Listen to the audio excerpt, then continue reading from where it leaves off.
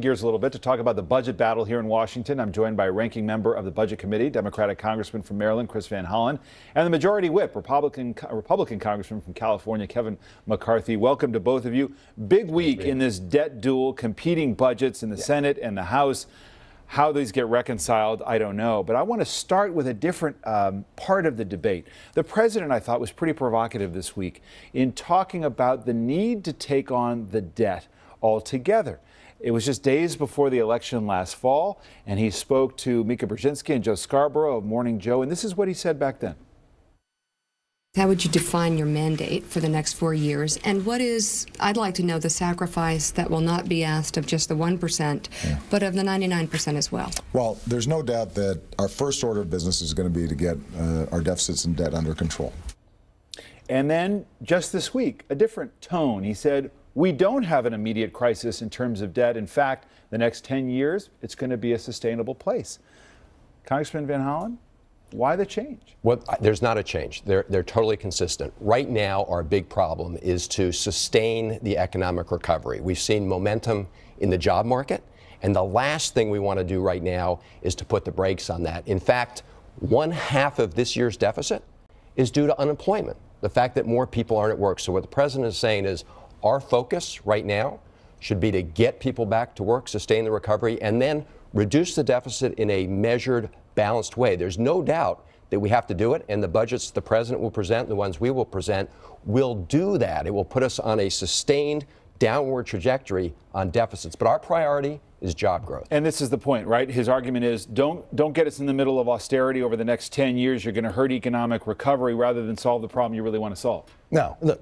The president said deficits don't matter. Well, all these deficits add up. We're at $16.6 trillion, more than 100% of our GDP. The problem is that I disagree with what the Democrats are doing. It's the old Washington fiscal game of Jenga. You try to build as much debt as you can take, as much tax as you can take, until you topple the entire economy. This is the challenge that this week we'll have. This week, Republicans will have a budget that balances in 10 years. The Democrats' budget never balances. No household can run that. Let me challenge you on this point, Joe, Sure. okay? Because here was Paul Ryan this week, and he laid out very clearly what he thought the job was. Let me play that. We think we owe the country a balanced budget. We think we owe the country solutions to the big problems that are plaguing our nation. A debt crisis on the horizon, a slow-growing economy, people trapped in poverty. We're showing our answers. Right, but the answers rely on $700 billion in savings from interest. Most of the deficit reduction comes from repealing the president's health care reform, which nobody thinks is going to happen. So how seriously should this be viewed as a roadmap for a balanced budget? It should be very serious, because budgets are... You're not going to repeal Obamacare. Budgets are blueprints and priorities.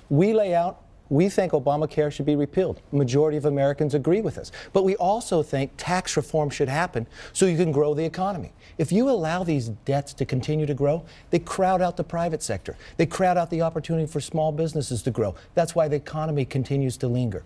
If we are able to balance the budget, which ours does in 10 years, you will unshackle this growth in America. David, it's worse than that. Their budget is built on a hoax. On the one hand, they say it balances in 10 years.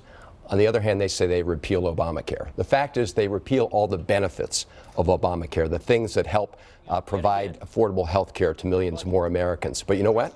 They keep the savings in Obamacare, and if you were to repeal Obamacare today, their budget would not be in balance. Now, Kevin has said that our budget will never balance. We believe that our projections show that the budget we will submit will actually balance. It will balance at the same time the Republicans' budget balanced last year, which is out in the future around 2040, because we put ourselves on a path downward. But our priority is to have job growth, and their budget will slow job growth at exactly the wrong time. But aren't you also building something that's false in the political climate that Republicans face? I mean, here the Senate budget requires more tax increases, roughly $1 trillion. You know how difficult it is for your colleague here to go back to Bakersfield or other conservatives to go back to the districts and say, we need more tax increases, when there simply isn't support for that. Well, David, two things. One, the Senate Democratic plan has less tax revenue embedded in it than the bipartisan Simpson-Bowles plan, number one. Number two, Republicans in their budget say they're about $5.7 trillion in tax breaks that you can eliminate. Their plan would drop the top rate from 39% to 25%. They claim that they're going to make that up by just taking away deductions from the wealthy, but the reality is they're going to be raising taxes on middle-income taxpayers. Family will pay $2,000 more in order to finance tax breaks to the very wealthy. It's like the Romney plan on steroids. You would dispute that. Here, the Wall Street Journal, though, Congressman, wrote something on Friday that caught my attention. Here was the headline: Conservatives warn lawmakers against tax deals.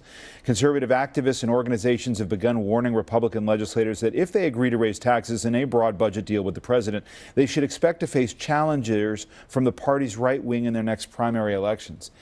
I've tried to ask this week after week: is there any ratio of spending cuts to tax increases that any Republican is actually prepared to support?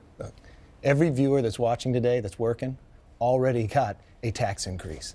The president took $600 billion out of this economy. He talks about a balanced plan, but he never talked about cutting. The public. But you extended 99% of the Bush tax cuts. Your own leader said that was a pretty good deal. He raised $600 billion worth of taxes he took from the economy, and he never made any cuts. Look, the president has a different belief than we do. He believes deficits don't matter. We do. This president has never missed on a deadline turning in a March Madness bracket, but 4 out of 5 times he missed turning in a budget. But I asked you a question about spending cuts to tax increases. Is there any ratio that you could accept? There are no new tax increases because you don't need it. If you look at the report. But you're never going to get entitlement reform without tax increases. Is that political reality? Why do you have to wait? Why do you have to wait? Why does the public have to have a bigger crisis? The longer we wait, the more we add to it. But there's only one person at this table that voted to raise Medicare. The Republicans did not. We're planning to save Medicare, not only for this generation, but for the future. And for someone to say that you can't do that? Raise Medicare what?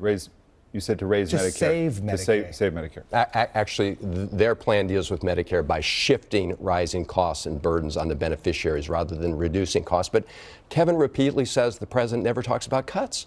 We did $1.5 trillion in cuts over the last couple of years. The president's plan that he's put on the table for Republicans has another $900 billion in cuts. But yes, we also want to cut the special tax breaks, the tax expenditures for very wealthy people, which, by the way, Speaker Boehner said he had a plan that could raise $800 billion by doing exactly that. Let's see your plan, Mr. Speaker. Before I let you go, I want to just cover a couple of other issues while the budget fight continues. On gun control, is it possible that what passes for meaningful reform is a background check that looks like it's still complicated in the Senate but could pass? Can it pass the House? Well, I watched what came out of the Senate. It was just a Senate committee. I don't think that bill passes the full floor. The House is taking up the bills right now. They're analyzing it. I would say that's prejudging to see where they go. But do you think that universal background checks is a reasonable way to deal with gun violence? I think that's one of the things that they will look at. That doesn't mean it's going to pass the House. What do you think? But I think they're also going to look at, from a standpoint, in California, we have a background check. Mm-hmm. The challenge that I have, they're not enforced. If you looked at the president's administration, even though somebody came in, put in the form, but they said they lied on it, they weren't prosecuted. I think the first thing you ought to do is look at what we're doing with the current laws we have and see if we can go there. Well, if they have background checks in California, we should have universal background checks. They should be enforced. This is a common sense idea supported by the overwhelming number of Americans, gun owners and non-gun owners alike. And the House of Representatives owes the American people a simple vote on whatever universal background check or other gun safety measures come out of the United States Senate. The people who were shot down in Newtown, people who are shot down every day, they deserve a vote on these very important issues.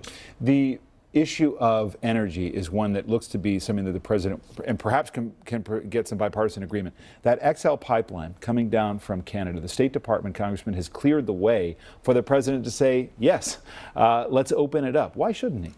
Well, I'm in the process actually of looking at the State Department's analysis. I mean, they did a very complicated analysis. We have resolved that you can actually build the pipeline safely in terms of the communities it goes through because they rerouted the pipeline, because the president and others raised concerns. Now the question is whether or not the overall climate effects, the overall energy impacts are something we can support. So I'm in the process of looking at the State Department's report right now. That's the easiest thing to do. You could create 20,000 new jobs. It's been out there for 3 years. I mean, this is the challenge. Energy is even in our budget. The budget that balances, it puts a new energy perspective in there that we become energy independent. Think how many jobs that create. Why do we have to wait? This is common sense. This is an easy route. This isn't talking about do you have to give more taxes? Do you have to do something on Social Security? Just make the decision and build the Keystone Pipeline. Well, we've got an all of the above energy strategy. As you know, we've got more oil and gas being produced now than we did before, and natural gas throughout the country. So it's a good thing. I mean, the natural gas actually is a good alternative we're seeing.